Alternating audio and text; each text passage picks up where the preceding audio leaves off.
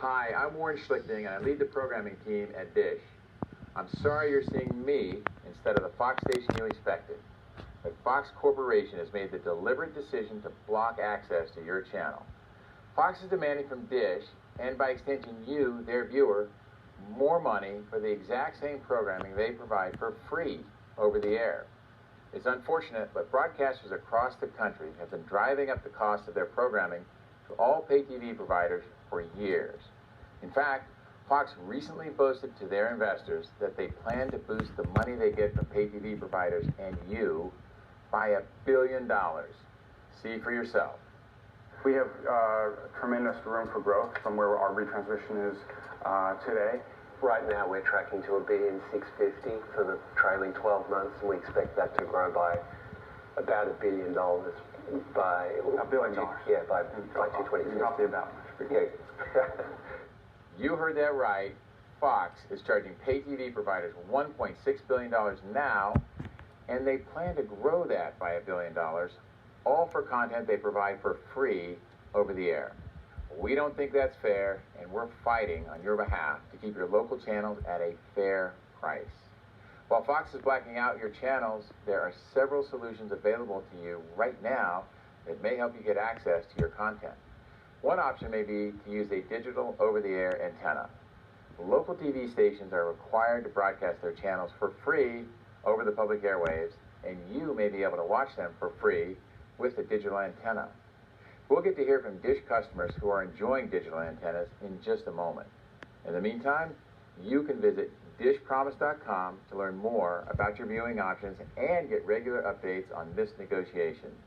Thank you for your patience and your support while we work to reach a deal with Fox. And thank you for being a Dish customer. Hello, I'm Christina. Do you ever go to one of your TV channels and not see your programming? Ever wonder why that happens?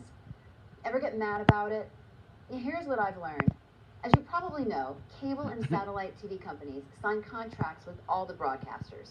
The broadcasters send their signal to cable and satellite companies, and that company delivers the signal to your house, sort of like a mailman. TV companies have to get permission from the station's owner to retransmit their signal. Sometimes when the broadcasters and the TV providers get into negotiations, the broadcasters take away the signal. It's a power move on their part. They may even do this if the channel they want more money for isn't a local channel. That's right, the broadcasters think they can hold local channels hostage to get higher rates on unrelated channels you may not even watch. It's no coincidence that this usually happens before a big television event or premiere, knowing this would inconvenience viewers the most. They may even run ads suggesting viewers switch TV providers, knowing full well that those other providers are stuck in the same boat, paying fees to the same broadcasters. Switching TV providers is not the answer. While TV companies have different contract expiration dates with broadcasters, all TV companies face the same problem. Unfortunately, the broadcasters keep asking for more and more money for signals available to some for free over the airwaves. They do this with disregard to the fact that many Americans rely on satellite TV companies to receive their local channels because they live too far away from the broadcaster's signal. The negotiations keep happening because an outdated ruling from Washington forces satellite and cable companies to pay for these free signals. So the broadcasters actually figured out how to get paid twice, and they've been getting away with it.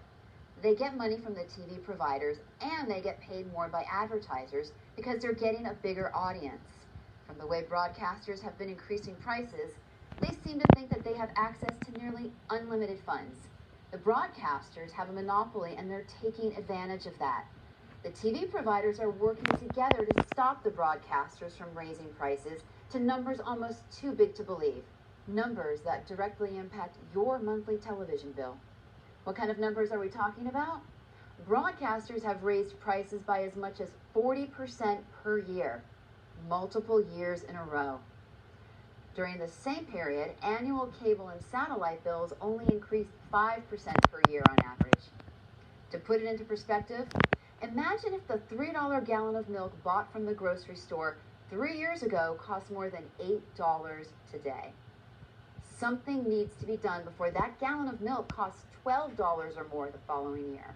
the satellite and cable companies are negotiating to keep prices down. And with help from the government, outdated rules can be changed to end broadcaster blackouts. You should have access to local channels, but at a fair price. And TV providers like this one are working around the clock to make that happen. Check out this website for more information.